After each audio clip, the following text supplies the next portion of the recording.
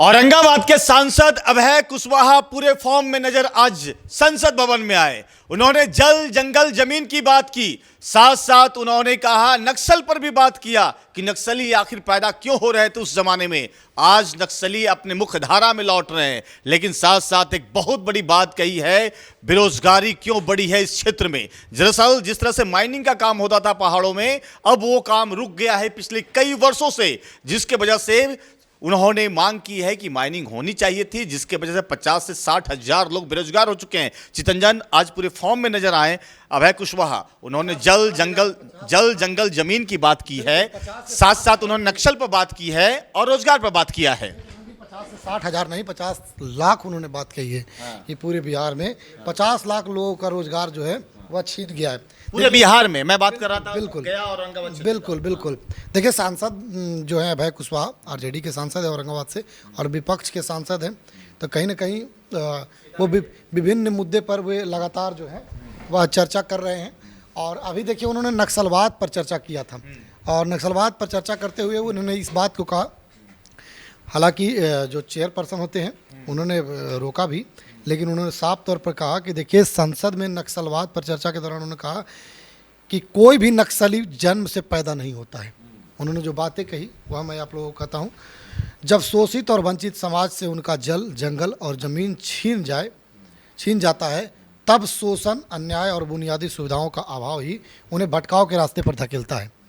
साथ ही उन्होंने औरंगाबाद लोकसभा क्षेत्र के गया जिला और औरंगाबाद जिला जो सुखाड़ झेल रहा है, पहाड़ों पर खनन रोके जाने से उन्होंने कहा कि 50 लाख जो लोग हैं उनका रोज़गार छिन गया है।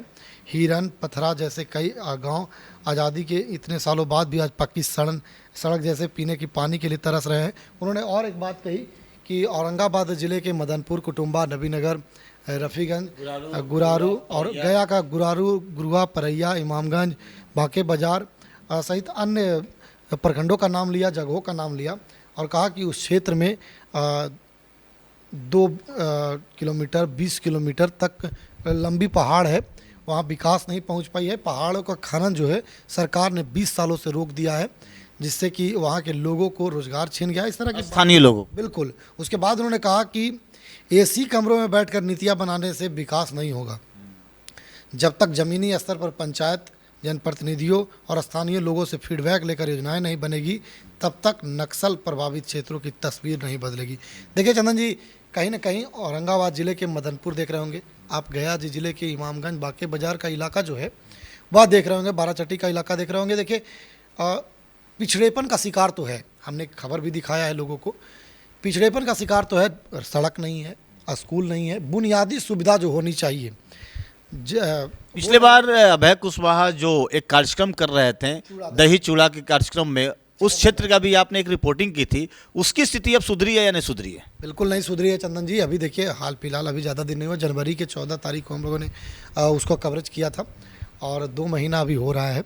2 महीना में क्या बदल जाएगा? जब वर्षों से नहीं बीता है, 100 साल में नहीं बीता है तो बदला है, तो 2 महीना में क्या बीतेगा? हालांकि सांसद अभय कुशवाहा जो हैं वह प्रयास कर रहे हैं उस क्षेत्र में जा कर के, घूम करके, देख करके, और उस क्षेत्र का जो समस्या है उस समस्या को देखने के बाद वो सदन में जहां पर उन्हें बात करने के लिए जनता ने चुना है वहां तक पहुंचाने का प्रयास उन्होंने करना शुरू कर दिया है। लगातार जब उन्हें संसद भवन में बोलने का मौका मिलता है, तब वो अपने क्षेत्र की समस्याओं से अवगत कराते हैं संसद को। तो कहीं ना कहीं देखिए, अभी आपने हाल फिलहाल में देखा था कि फेसर से देव सूर्य मंदिर रेलवे लाइन की मांग की थी, बीटा रेलवे लाइन की मांग की थी, उसके अलावे भी कई ट्रेन के ठहराव को लेकर के भी उन्होंने बात कही थी।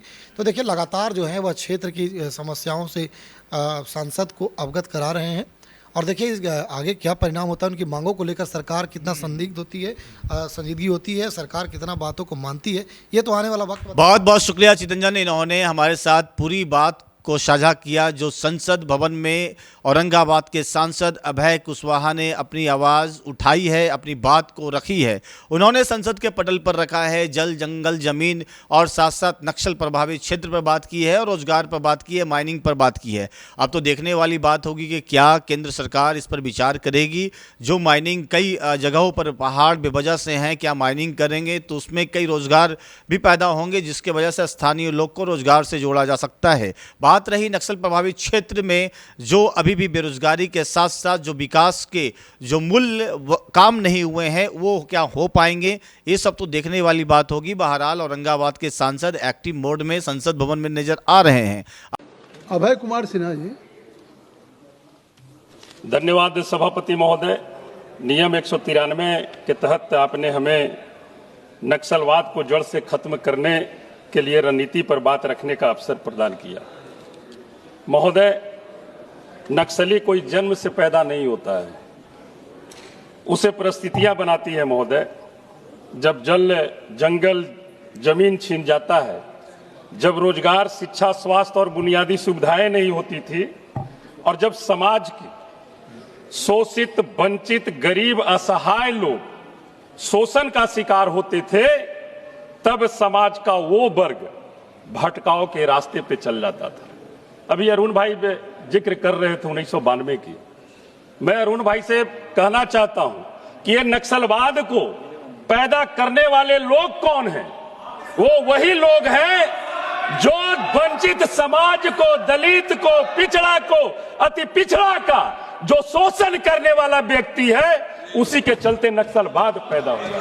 और अब बात करते हैं महोदय, अभय सिन्हा जी, अभय सिन्हा जी, महोदय, सभापति महोदय, मैं आपको ही एड्रेस कर रहा हूं, चूंकि उन्होंने हमारे नेता का नाम लिया, इसलिए मैंने कोट कर दिया। और कम से कम एक संतोष होगा ना, ये सदन हमेशा नक्सल की घटनाओं से प्रभावित चर्चा करता था, आज सदन कम से महोदय मैं कोई टीका टिप्पणी में मैं कोई टीका टिप्पणी में नहीं जाऊंगा, मैं कोई टीका टिप्पणी में नहीं जाऊंगा।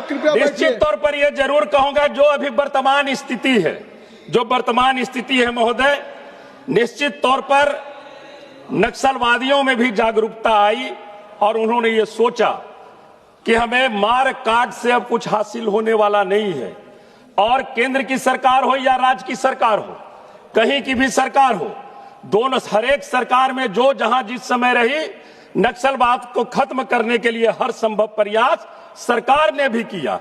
लेकिन नक्सलवादी लोग भी मुख्य धारा से जोड़ने के लिए कि मार काट में कुछ नहीं रखा है, हम मुख्य धारा से जुड़े और जुड़ करके देश के विकास में अपना हम योगदान दें। महोदय, मेरा क्षेत्र जो है गया और औरंगाबाद अति संवेदनशील और नक्सल प्रभावित क्षेत्र रहा है। मैं आज की वर्तमान की स्थिति से सरकार को अवगत कराना चाहता हूं। हमारा गया जिला का डुमरिया प्रखंड हो, इमामगंज हो, बांके बाजार हो, कोच प्रखंड हो, टिकारी हो, गुरुआ हो, गुड़ाड़ू हो, परैया हो, औरंगाबाद जिला का देव प्रखंड हो, मदनपुर हो, बारून हो, नबीनगर हो, टंडवा हो, रफीगंज हो, ये सारे इलाके अति प्रभावितशील रहा है महोदय। लेकिन स्थिति क्या है महोदय? स्थिति यह है कि आज ये सभी प्रखंड आज भी सुखाड़ का मार झेल रही है। यहां मरे हुए पहाड़ 2 किलोमीटर, 10 किलोमीटर, 20-20 किलोमीटर का पहाड़ है महोदय। लेकिन सरकार ने क्या किया? सरकार ने उसका खनन रोक दिया।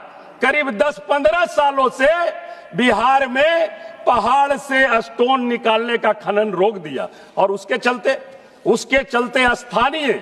स्थानीय जो रोजगार पैदा हो रहे थे, बड़ी संख्या में मैं कह सकता हूं कि कम से कम 50 लाख लोग इस खनन को रोकने से आम लोग प्रभावित हुए हैं। ये निश्चित तौर पर कह सकता हूं महोदय, इस क्षेत्र से जुड़े हुए लोग मुख्य धारा से जुड़ने का हर संभव प्रयास करते हैं, और मैं ये कह सकता हूं, विकास की बात केंद्र और राज्य सरकार करती है, लेकिन विकास का मॉडल ऊपर से एसी रूम में बैठकर थोपा जा रहा है, न कि क्षेत्र की जरूरतों के अनुसार बनाया जा रहा है महोदय।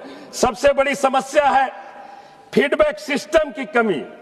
सरकार योजनाएं बना रही है, लेकिन स्थानीय जरूरतों, कमियों का आकलन नहीं किया जा रहा है।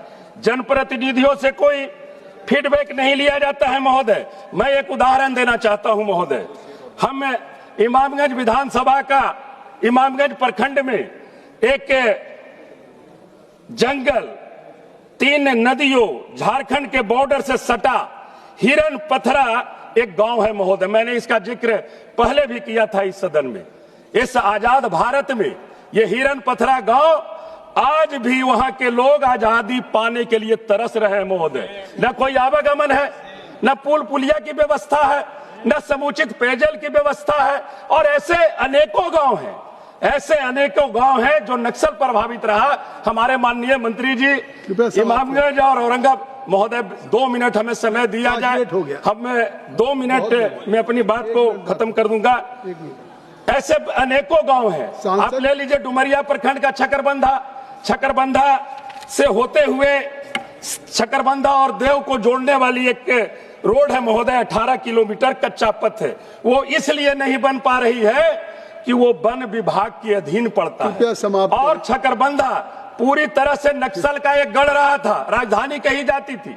आप कहते हैं कि हम उन्हें मुख्य धारा में जोड़ने का प्रयास कर रहे हैं। आप जब तक विकास की धारा को नहीं आप आगे बढ़ाइएगा महोदय, जब तक मल्टी एजेंसी फीडबैक सिस्टम नहीं बनेगा तब तक आप नक्सल प्रभावित क्षेत्रों में जिस तरह का विकास की धारा आप चाहते हैं वो विकास की धारा नहीं हो सकती है। इसलिए सरकार से हमारी मैं डिमांड कर लेता हूं महोदय, सरकार से हमारी मांग है कि स्थानीय सामाजिक संगठन के लोग, स्थानीय बुद्धिजीवी वर्ग, पंचायत प्लस प्रखंड प्रतिनिधि, विधायक, MP, स्थानीय प्रशासन, पुलिस, इन सभी वर्गों का धन्यवाद फीडबैक सिस्टम नहीं बनेगा तब तक योजना।